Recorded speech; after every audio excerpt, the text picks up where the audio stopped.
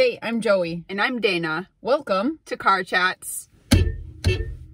In this episode of Car Chats, we're going to be discussing 5 stages of how the conservative Christian church has viewed gay and bi people from about the 1960s to the present in the United States. And these 5 stages are based on a book by Karen Keene called Scripture, Ethics, and the Possibility of Same-Sex Relationships, which I just read recently, and it's a really, really good book. Karen Keene is a biblical scholar, and she does a great job of taking a lot of information about how the church has addressed and is treating the LGBTQ community and the debate around same-sex relationships. And she synthesized it into a really short, readable book that presents all sides of the argument and does a really good job of breaking it down for an everyday reader. So if you haven't read that yet, highly recommend. I'm also grateful because Karen's book was published pretty recently in 2018. So it adds to a growing canon of material about same-sex relationships in a Christian context.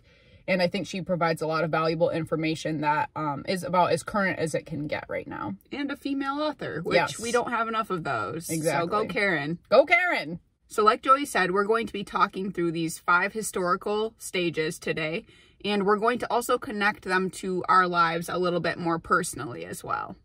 So Karen's first stage in how the conservative church has historically thought about the LGBTQ community is that gay people should stay in the closet.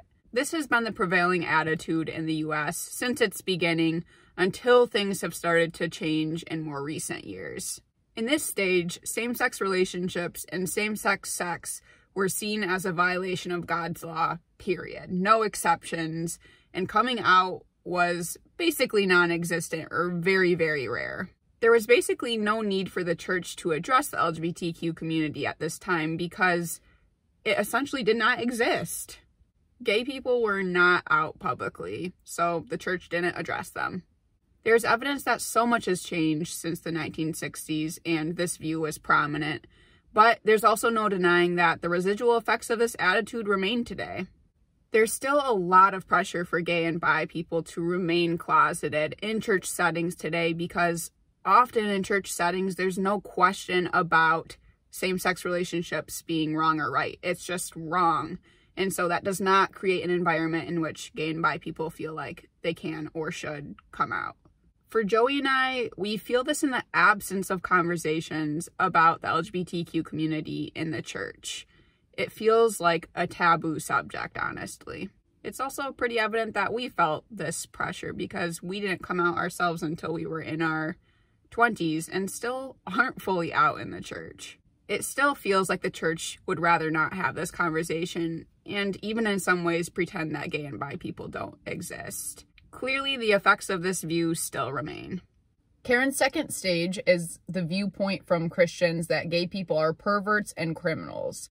In 1969, with the Stonewall riots, gay people were gaining more of a presence in the United States, and so the first stage of just ignoring them became much harder to do. But the new attention on gay and bi people was almost completely negative. Here's a quote from Karen. Many writers portrayed sexual minorities as pedophiles, addicts, mentally disturbed people, promiscuous deviants, or even Nazis. Gay people were to be feared as dangerous. And there was a criminality associated with being gay or bi and engaging in same-sex sex, as people would say. In fact, there were anti-sodomy laws in effect in the United States in 14 states until 2003. Whoa. When Dana and I were personally reflecting on this stage, we were just thinking, yikes, and how grateful we are that we didn't live through any of this. And it also makes us respect and admire the gay and bi and LGBTQ people before us who really had to lead the way in advocacy in spite of some major obstacles and oppression that they were facing as they were criminalized and mistreated and oppressed. And we're so grateful for their work because, like I said, we didn't have to live with these very, very dangerous attitudes towards specifically gay and bi people. The perspective of deviance, though, still produces stigma that we feel as gay and bi people to this day. it's been interesting in my journey of outness. When I first came out and I was dating, I knew people who literally said they didn't want me and my girlfriend around their children, which, if that doesn't sound like we're afraid you're a pedophile or we are protecting our children from you, I don't know what else does. It's the type of attitude that really points back to that view of gay people as dangerous and as potential child predators or perverts, which is really disturbing to see that it still exists today. I've also felt this in times of conversation with people who have said to me that gay sex and same-sex relationships are unnatural. That word unnatural definitely makes you feel like there's some degree of subhumanness to being gay, which is really sad. And again, evidence of this stage 2 of Christian views of gay and bi people. The third stage is the church viewing gay people as hapless victims who need healing. And this view started in the church context because of the ex-gay movement, which began in the 1970s, but really didn't begin to gain traction until the 1990s.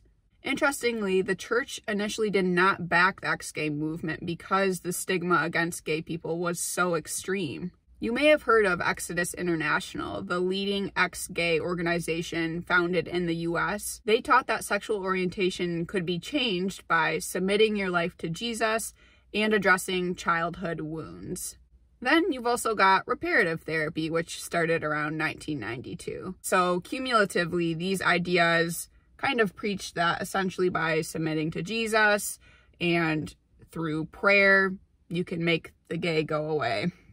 The ex-gay movement gained traction in 1998 when they partnered with Focus on the Family. We were fascinated by the political insight Karen shared in this section, and here's a quote that kind of encapsulates this. The religious right wanted to use ex-gay testimonies to fight political battles. Gay rights hinged on the assertion that sexual orientation is immutable and akin to race and gender. The psychological theory that same-sex attraction is environmentally caused and therefore treatable was no longer championed merely to provide compassionate help, but also to shape legislation. To concede that sexual orientation may be immutable for some people is to lose the political battle. Wowie, there's a lot to unpack there, but we don't want to dive too deep into the politics of how the ex-gay movement was used and how the conservative church attempted to argue for a healing perspective to win political battles. But fascinating stuff, fascinating stuff.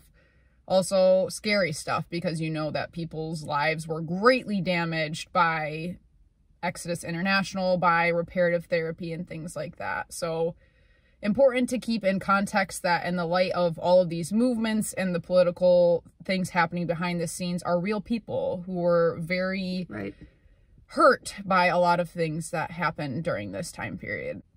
Regardless of political implications, ex-gay testimonies brought Christian attention to the struggles of gay people, and it began to change perspectives from either ignoring or criminalizing them to wanting to help them move towards what the church would consider to be healing.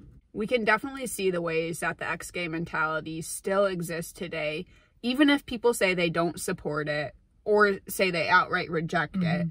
For instance, I could see this a little bit in the therapist that I saw. She definitely said outright that she didn't think we should be trying to change people's sexual orientations, but she also did make comments about it being possible through like your walk with Jesus and healing and addressing traumas and wounds, that you could lessen your same-sex attraction. So she was in some ways giving hope for some even small amount of orientation change or level of attraction change. We've noticed that there are Christians who will acknowledge that ex-gay movements are debunked, but also still think that there is hope for some amount of orientation change. For instance, Jackie Hill Perry's book has been used to further this perspective. We've seen the ways that the conservative church has latched onto the stories of people like Jackie Hill Perry, who seem to be presenting a story that looks like orientation change. In the fourth stage, the church views gay people as admirable saints called to live a celibate life. It's into the 2000s that kind of a new generation of gay people come to the forefront of Christian attention. They grew up and realized their sexuality in a very, very different environment with a lot less stigma than the gay and bi people before them. That allowed them to wrestle with and explore what their identity as a gay or bi person meant in a Christian context without being confined to secrecy and shame, although some people still experience those things. But these people wanted to remain committed to God, and so they decided that the best path would be to pursue lifelong celibacy. Simultaneously, though, they were rejecting the ex-gay idea that sexual orientation can be changed. That viewpoint was really affirmed in the 2010s when the ex-gay movement completely began collapsing, as many of the leaders who had testimonies of orientation change began to acknowledge and disclose that that had not been the case, and in fact their same-sex attraction had persisted. So with this realization and a much more holistic perspective of sexuality, the conservative Christian church pivots from a perspective of helping and healing gay people to asking them to commit to lifelong celibacy. Empathy for gay and bi people has definitely increased with this perspective, although it's very clear that we need to holistically address the question of calling gay and bi people to lifelong celibacy and what that means for them as individuals. So Karen says that in this fourth stage, quote, "Instead, celibate gay Christians are held up as admirable examples of how to live a self-sacrificial life." This stage was basically already in effect in our childhood and young adulthood. And again, we're very grateful for the ways that the church was already beginning to address gay and bi people with empathy instead of with rejection or ignoring them. When we began our own journeys of studying and learning about sexual orientation, the ex-gay movement and mixed orientation marriages or relationships never seemed like a real option to either of us. Yeah. It really seemed like our two choices, so to speak, would be to commit to lifelong celibacy or to come to a viewpoint of affirming same-sex relationships with an understanding that God blesses them as well. We've definitely seen the stories and testimonies of gay and bi Christians who are committed to lifelong celibacy be elevated in our adulthood. It's made to seem like not only the right choice if you're a gay or bi person, but also that it's an admirable and noble and very self-sacrificial and Christ-like choice to make.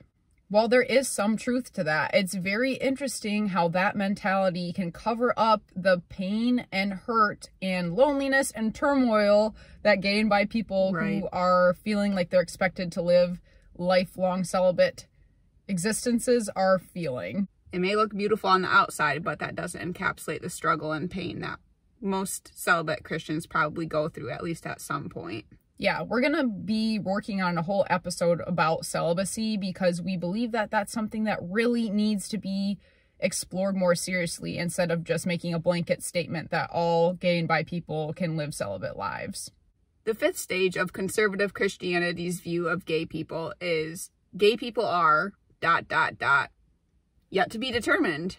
With the dominance of the ex-gay movement fading and the rise of celibate gay Christians, there are four main directions that this could go in conservative Christianity. Number one is the celibate gay Christians. They're committed to lifelong celibacy, they're against orientation change, but they are open to the possibility of mixed orientation relationships or marriages. Number two, ex-gay movements are still active. There are two major organizations, Hope for Wholeness and Restore Hope Network, that are out there doing their thing.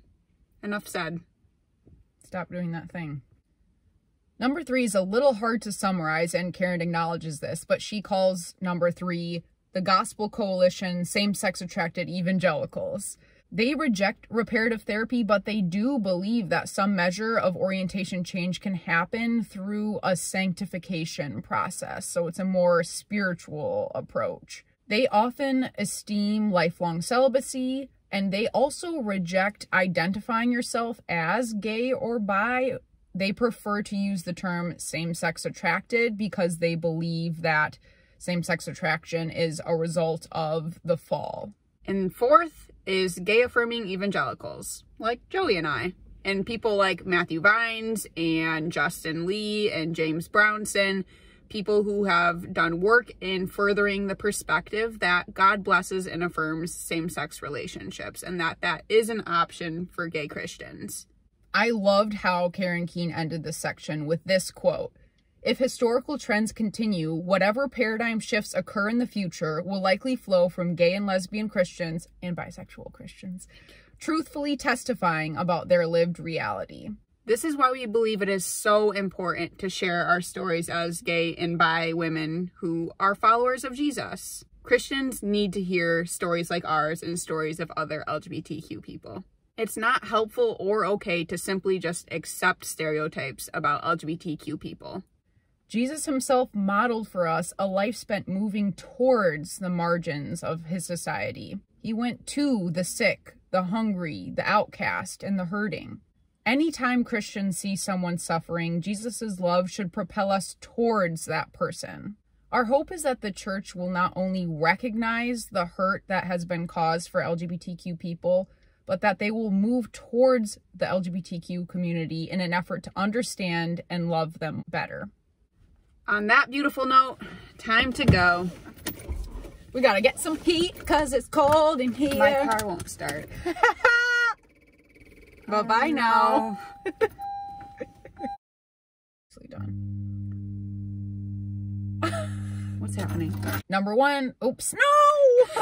The LGBTQ coop. Just go. And this my laugh. No, not gay and pipe. Gay and pipe. The fifth stage of You see her breath everywhere. No. Oh well, you can't see it. Pandemic hair, just a rat's nest sitting on my shoulder. Squirrel tail. Childhood wounds. Ouch! Blanket. That was so extra. It's so cold. My toes hurt. Oh my goodness. I would like to say it one more time. Okay. My toes hurt.